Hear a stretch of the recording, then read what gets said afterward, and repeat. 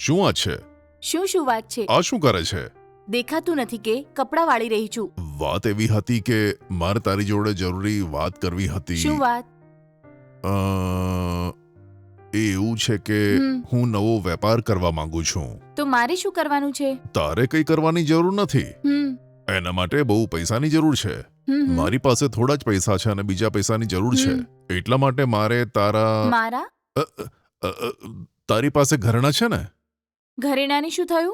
એ ઘરેણાં જો મને આપી દે ને તો એને ગીરવે મૂકી પૈસા લઈને વ્યાપાર શરૂ કરીશ. તારા બિઝનેસ માટે મારા ઘરેણાં નહીં આપી શકું હું. કેમ તું આમ બોલે છે? તારા ઘરેણાં હું જલ્દી છોડાવી દઈશ. બધા ઘરેણાં મારી મમ્મીએ મને આપ્યા હતા. ચોક્કસ તમને નહીં આપું હું. બીજું કોઈ કામ હોય તો જઈને એ, જોઈ લો. મારી વાત તો સાંભળ. એકવાર ધંધો શરૂ થયો ને તો એના નફામાંથી લાખો કરોડોના ઘરેણાં લઈ આપીશ. એક વાર કીધું ને કે નહીં આપું હું. જાને મન મારી વાત તો સાંભળ. એક વાર કીધું તો સમજાતું નથી કે? હેલો હા બોલ બેટા. મમ્મી, શું છે બોલ. આજે છે ને ખબર છે તારો જમાઈ મને શું પૂછતો હતો? શું પૂછ્યું એણે? તમે મને જે ઘરેણાં દહેજમાં આપ્યા હતા ને એ ઘરેણાં માંગતો હતો મારી પાસે. એ ભલે માંગતો, તું ના આપતી એને. ના, મેં નથી આપ્યા. અચાનક કેમ એ ઘરેણાં માંગી રહ્યો છે? હા, કહેતા હતા કોઈ નવો બિઝનેસ શરૂ કરવો છે, એના માટે મારા ઘરેણાં માંગતા હતા. જો એના માંગવાથી તું એને આપી દઈશ તો એ પાછા નહીં આપે. હમ તારા પપ્પા પણ આમ જ છે. બિઝનેસ માટે ઘરેણાં માંગીને બધું બરબાદ કરી નાખ્યું. મમ્મી, હું નહીં આપું એમને. એને ચોખ્ખું કહી દેજે કે તું ઘરેણાં નહીં આપે. ઠીક છે? હા, સારું મમ્મી. ઠીક છે બેટા. હા, મૂકું છું. જરા સાચવીને રહેજે. ઠીક છે મમ્મી. ચલ હું ફોન મૂકું છું.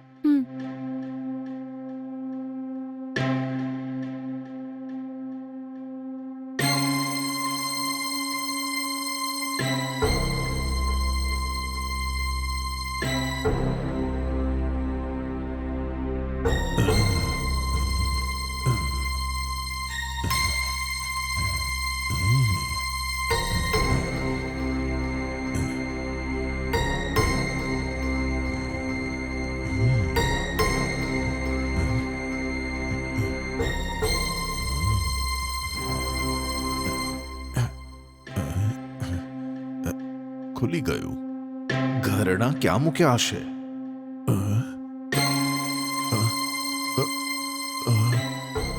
એ કોણ છે તું?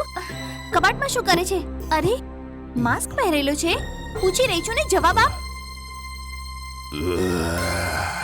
હા, ઓય, તે ઘરેણાં ક્યાં છુપાવ્યા છે બોલ? મારી પાસે કોઈ ઘરેણાં નથી. અરે ક્યાં છુપાવ્યા છે બોલ? પહેલા બોલ, તું કોણ છે? હું તને દેખાતું નથી? હું ચોર છું. જીવવાલો હોય ને તો બધા ઘરેણાં ઉતારીને આપી દે હું મને. નહીં આપું. જો ઘરેણાં નહીં આપ્યા ને તો ગળું કાપીને મૂકી દઈશ. મેં તો મારા પતિને જ ના પાડી, તને શું આપું? ઈમાનદારીથી ઘરેણાં આપે છે કે નહીં તો પછી તને જાનથી મારીને લઈ જાઉં કે? ઉધાર ફટાફટ આપું છું. નીકાળ. જલ્દી જલ્દી ઉતાર. જલ્દી ઉતાર. આ લે. ટાઈમ વેસ્ટ ના કર. જલ્દી કર.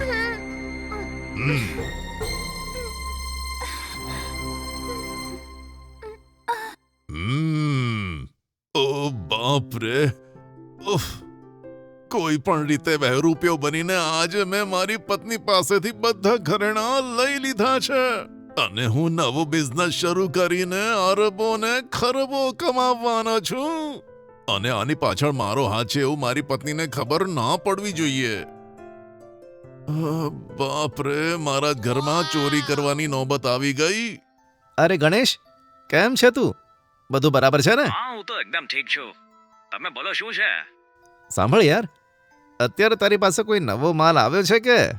હા સાહેબ, છે ને. કેમ, જોઈએ કે? મારા માટે એક જબરજસ્ત વાળો ફ્રેશ માલ મોકલાઈ દે ને પ્લીઝ. અરે સાહેબ, આ પ્લીઝ પ્લીઝ શું કામ? આદેશ કરો, હમણાં જ લઈને આવું છું. સારું. અરે પહેલા તારા સ્ટોક વિશે તો બતાય. જે પણ છોકરીના ફોટા છે એ તો મને પહેલા મોકલી દે, હું જોઈ લઉં. સારું સાહેબ, જે બી તમારી મરજી. કઈ ઉંમરની જોઈએ? અરે જોતાની સાથે આગ લાગી જવી જોઈએ એવી નાની ઉંમરની મોકલજે, સમજ્યો કે નહીં? બરાબર? હા સર, હમણાં મોકલું છું. હું હમણાં ફોટા મોકલું છું. જે પસંદ આવે તે સિલેક્ટ કરીને કહેજો. જલ્દી મોકલ યાર. સારું સર. અરે હા બોલું સર. પેલી જે યલો ટી શર્ટ પહેરી છે ને એ છોકરી એકદમ મસ્ત લાગે છે. અચ્છા એ એને અત્યારે જ મોકલી દે. સારું સાહેબ એને જ મોકલું છું. હા, એકદમ મસ્ત લાગે છે. આ ચુલબુલી ક્યારે આવશે, મારાથી રાહ જ નથી જોવાતી. Come in. તમારે કોનું કામ છે? સર, એક ગણેશ સરે મને મોકલી છે. અચ્છા, એમણે મોકલ્યા છે. આવો, અંદર આવો ને. હા.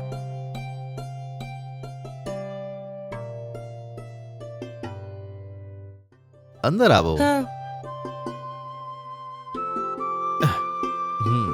બેસો ને. Thank you sir.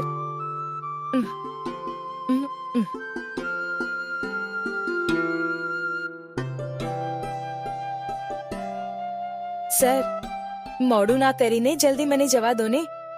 તું શું બોલે છે? તું તો હમણાં આવી છે અહીંયા. એવામાં જલ્દી જવાની વાત કરે છે તું? ના સર, થોડું એડજસ્ટ કરી દો ને સર. અરે એવી શું વાત છે, બોલ ને મને. એકચ્યુઅલી હું કોલેજ જઉં છું સર. કોલેજની ફીસ ભરવા માટે ઘણી મુશ્કેલી હતી. મારા ઓળખાણવાળા એક ભાઈએ આવું કરવાથી ઘણા પૈસા મળશે એમ કહ્યું હતું. એટલા માટે હું આવી છું સર. એકચ્યુઅલી કાલથી મારી એક્ઝામ શરૂ થાય છે સર. મારે થોડું ભણવાનું પણ છે અને જલ્દી જઈશ તો જ થોડું ભણી શકીશ ને. જો તમે મને જલ્દીથી જવા દેશો ને તો હું જઈને એક્ઝામની તૈયારી કરી લઈશ. આ શું છે? એક્ઝામ ફી ભરવા માટે આવું કામ કરવાની શું જરૂર છે? મને ખૂબ ભણી ગણીને જીવનમાં ખૂબ આગળ વધવાની ઈચ્છા છે સર. પરંતુ મારા ઘરની સ્થિતિ કઈ ઠીક નથી સર. મારા પપ્પા પણ નથી. મમ્મીએ એકલા હાથે અમને મોટા કર્યા છે. મારા બહેનોના ભણતરની જવાબદારી પણ છે. જો આ કામ કરીશ તો 10,000 મળશે એવું કહ્યું હતું. 10,000 માંથી 8,000 મને આપીને 2,000 એ લોકો કમિશન લેશે. એટલે હું તરત જ માની ગઈ સર. અરે ભણવા માટે આવું કામ કરવાની કોઈ જ જરૂર નથી. તારી એક્ઝામ ફી કેટલી છે બોલ ને, હું ભરી આપીશ તને. બરાબર કે નહીં? કોઈ પણ કામ કર્યા વગર હું તમારી પાસે પૈસા કેવી રીતે લઉં સર? એ સારું ના લાગે ને. તું ચિંતા ના કર, ભણવા ઉપર ધ્યાન આપ. તારો જીપે નંબર આપતો. ચેક કરતો પૈસા આવ્યા કે નહીં. હા, આવી ગયા સર. ઓકે સર, ખૂબ ધન્યવાદ સર. આજથી સરસ ભણવાનું કર અને ફી પણ ભરી દે. બરાબર? Okay sir. સંભાળીને જજે. હા.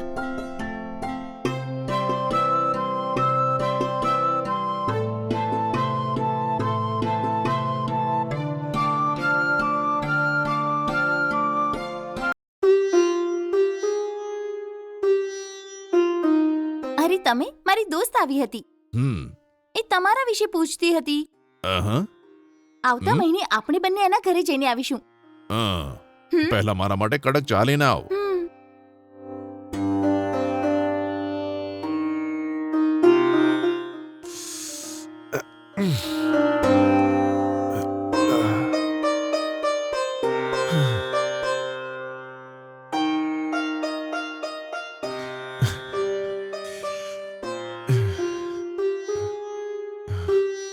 આલો ચા. સાંભળો ને, હું તમને એક વાત કહું. આ શું હમણાં જ ઘરે આવ્યો છો ને તું ચૂંચા કરવા લાગી? અરે તું ચેનથી નહીં રહેવા દે મને. અરે મેં એવું શું Shit. કર્યું? થોડી વાત વાર જ ચૂપ તો- બેસ. અરે મને શાંતિથી ચા પીવા દે, ટેન્શન ના આપ.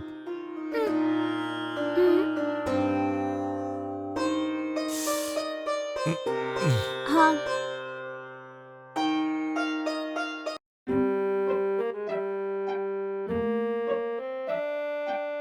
આલો તમારી કોફી.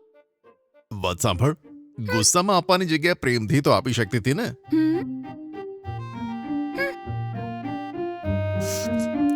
હજુ પણ તું મારાથી નારાજ છે? હા છું.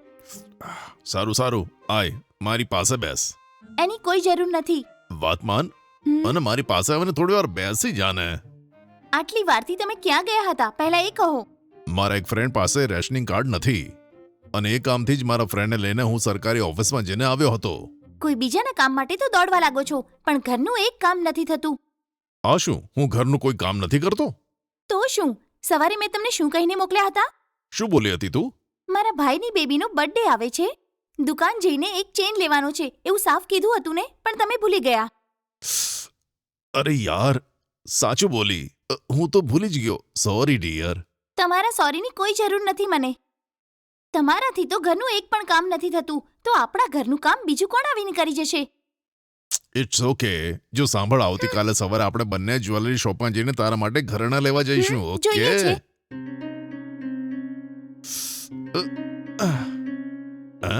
ક્યાં ગઈ હશે? દેખાતી નથી લાગતી.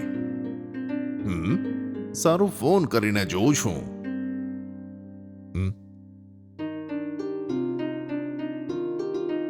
હેલો, હા હું નજીક જ આવી ગઈ છું. ઘણું ટ્રાફિક છે અહીંયા. બસ 5 મિનિટમાં ઘરે જ પહોંચું છું. ઠીક છે ને? શિટ, બોલ્યા વગર ગમે ત્યાં જતી રહે છે આ તો. હમ હા, બોલતો, આટલી વાર ક્યાં હતી તું? હું તમારી ક્યારની રાહ જોતી હતી. કોઈ અંદાજો છે? રાહ જોઈ જોઈને થાકી ગઈ. પછી હું એકલી જ દુકાનમાં જઈને ચેન લઈને આવી ગઈ. જો તમારા ભરોસે બેસી રહું ને તો થઈ રહ્યું કામ. આ યોગ્ય નથી. હવેથી ઘરની બધી જવાબદારી હું જ જોઈ લઈશ. તમે ખાલી બહારના લોકોનું જ કામ કરજો, એ જ પૂરતું છે.